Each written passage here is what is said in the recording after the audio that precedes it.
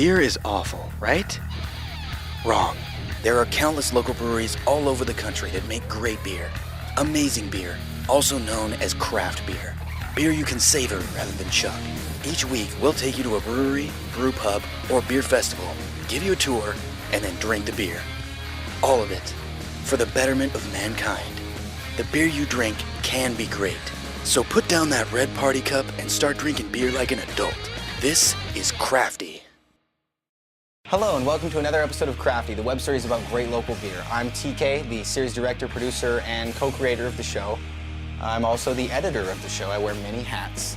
And I've been looking through this footage from today's episode, Coronado Brewing Company, and I realized that I have way too much footage for one episode. So what we're gonna do is we're gonna split the episode. We're gonna watch half of it this week, and then I'm gonna get drunk on their anniversary beer and edit the rest of it so you guys can watch that next Friday. This anniversary beer is actually their 17th anniversary Imperial IPA. They just bottled it a couple months ago, I think. It's a good, solid Imperial IPA. No frills, just a good, strong hop character and a large variety of hops in there as well. It's good stuff. One other thing I wanted to point out about this episode is that we're trying to play around with the format a little bit and keep it interesting for you guys. So we brought a different co-host in because Aaron was at work. Grant's twin brother, Sean, because the twin thing is really sexy, and I think that might get some sex appeal going. And our friend Alex, who is a comedy writer and just a general all-around funny, awesome guy. We brought him in the mix to see if that's gonna be cool. We don't know. We want your feedback on our YouTube channel, on our Reddit threads. I think we have a message feature on our website, I don't really know. Please, let us know what you think, and enjoy the show. Salute. Short and sweet, 1996. I don't know what you guys were doing. I just got out of the Marine Corps, so I wasn't killing anything anymore.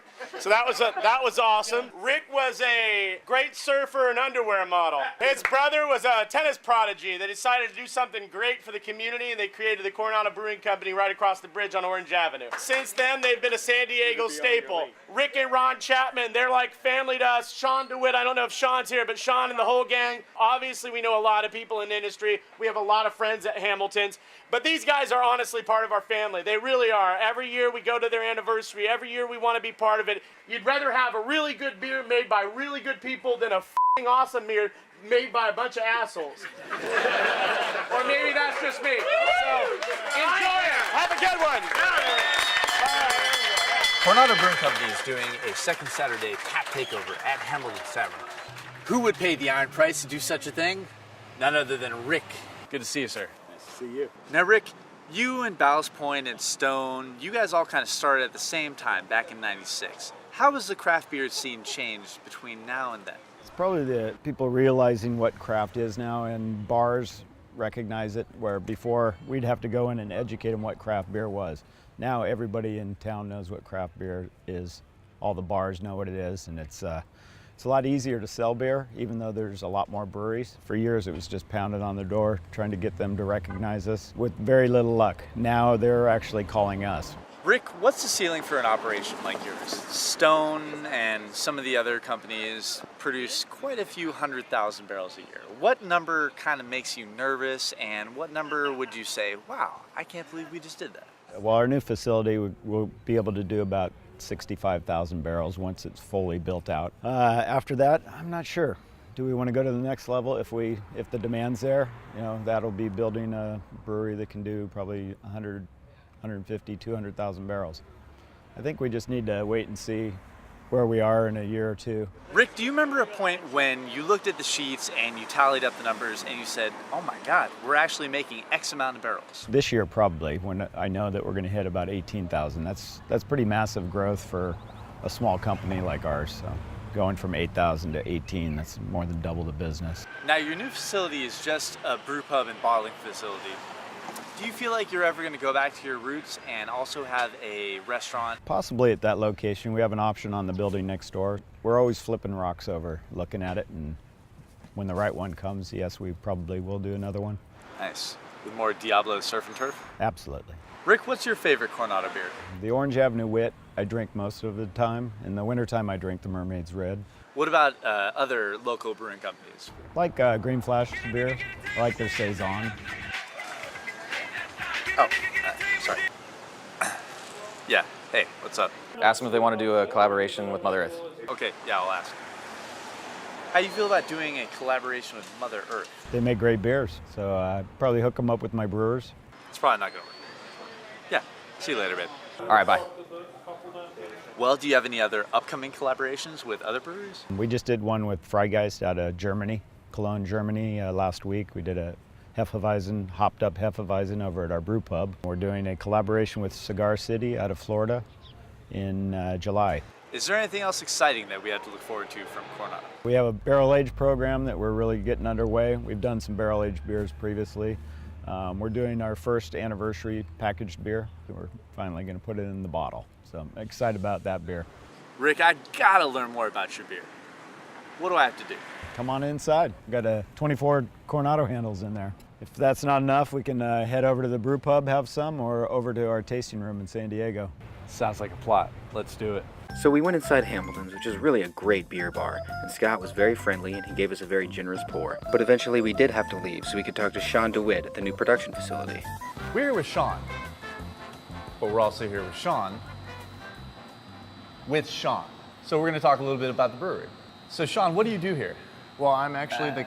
So basically, I'm a director of brewery operations for Coronado Brewing Company. I oversee the operations here and at the brew pub. Sean, what do you do here?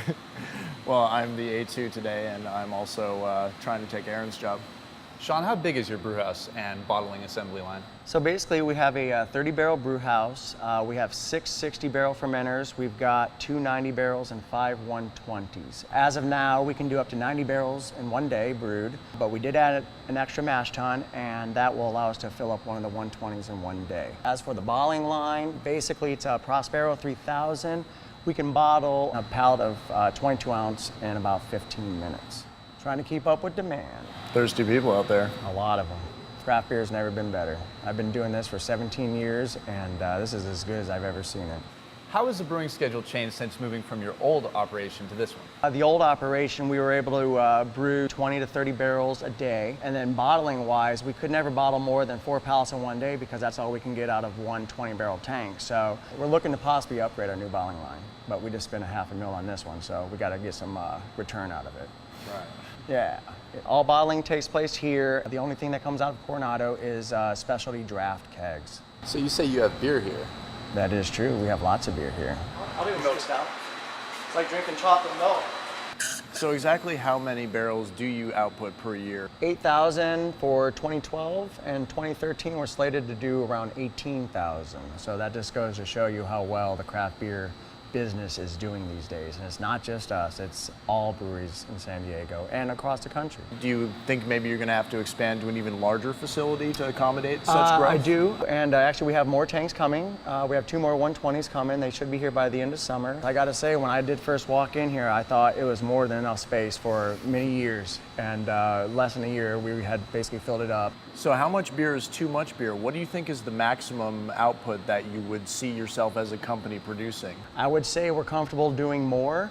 I don't know if I can ever see us going to 200,000, but as a partner, it would be nice. If we get to 50,000 barrels, I first of all will be amazed, and hopefully at that point we'll have someone that's an expert. Right now, we're all learning as we go, and the systems are evolving as we grow.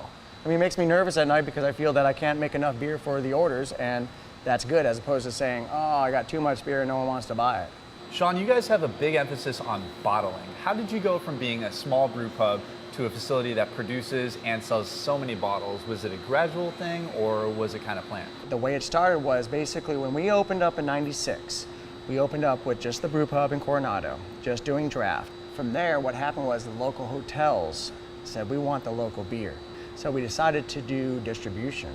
So that's where the idea of maybe moving into draft and bottles started. Now it started with 22-ounce bombers, as they say. And then from there, people started asking when are you going to do 6-packs?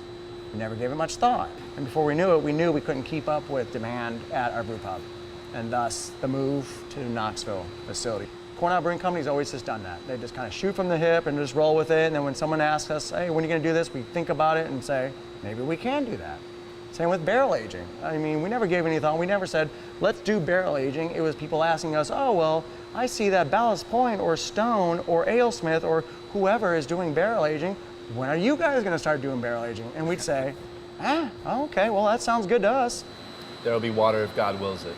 I agree with that. Cheers. Milk stout. Do you think the San Diego craft beer market has reached saturation yet? Currently, we have 71 operating breweries in San Diego with 35 in planning. I think there's a long ways to go. I do say, though, that all the new breweries coming into town, we all hope they're brewing good beer because it will reflect on all of us. They better. That's right. What about Los Angeles? Do you think they'll ever catch up with San Diego as far as a beer mecca? I don't think LA will ever be what San Diego is because LA is very finicky. Beer is getting traction in LA, but there's no way they're going to be anything like San Diego. Ballast Point's getting really into the spirit world. You guys feel like installing a Ouija board? No. Actually, they do distilling, like alcohol spirits. We actually talked about distilling recently, and it was a go. We were 100% ready to go. Bonding area was actually going to be back here in the corner. But once we started doing the calculations of the space needed, we realized we didn't have enough space. We can't keep up with beer as is.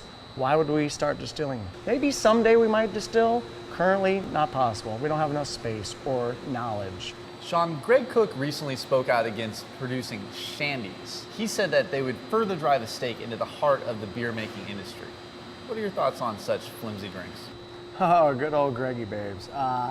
Our thought process is, if it sells, why not make it? We don't make any shandies. I guess the closest thing to a shandy would be the Orange Avenue Wit. But yeah, no, Greggy Babes and I've known him for years, and I love busting his chops because everyone looks at him like he's such a god. And now he looks like a homeless guy. And for fun, I always bust his chops. I think Greg would look at it as like, oh, you're selling out. It's not real beer. You're making it for the masses. Yeah, no, Greg and them are very true to their philosophy. They do not deviate. That was a problem in the early days. When Greg Cook used to go out and do sales, he went into a few accounts that were very religious and said, well, you know what? We like your beer. We'll buy your beer. Take off the gargoyle. Absolutely no way in hell. You take it with the gargoyle on your invoice. And they basically said, get the hell out of here. Love them or hate them. I love them. So Sean, I know it's a difficult question, but which one of your beers is your favorite? It always depends on what I'm eating, how hot it is. Hey guys, how's it going? What I'm doing.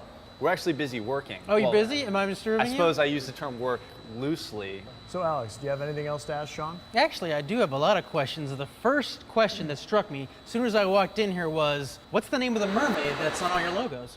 The mermaid actually has no name. I guess you can call her Mermaid Red. Okay. Yeah. No plans to ever give her a name? Never, Like, never? no. When we first had the mermaid come about, people complained a little bit about that. Her bosoms were a little too Yeah, no, I don't like too that much. either. Well, now I know you have sort of an island coastal theme. I want to know if your name came after the island, Coronado Island, or after the Conquistador. Oh, the Coronado Brewing Company? Mm-hmm. Yeah. Oh, no, that came after the island. I thought you were just a fan of Spanish explorers. Yeah, no, we're not that smart. I prefer Cortez. I mean, if we're talking about Spanish. Cortez Brewing Company? No, the Conquistador. Oh, okay. Yeah, the Cortez is good. Huge fan.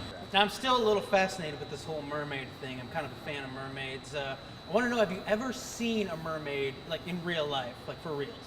The true thing about that is that when I was a kid swimming in Coronado, I swore I thought I saw a mermaid. Now, this is way before the brewery opened up. But you never And forgot. I never forgot. However, on further thought process, I think it was just a dolphin, not a I've made that mermaid. mistake before. Yeah. Clearly, Alex knows nothing about beer or mermaids. How about we sit down and do a little bit of tasting? Sounds great. Let's do that walk.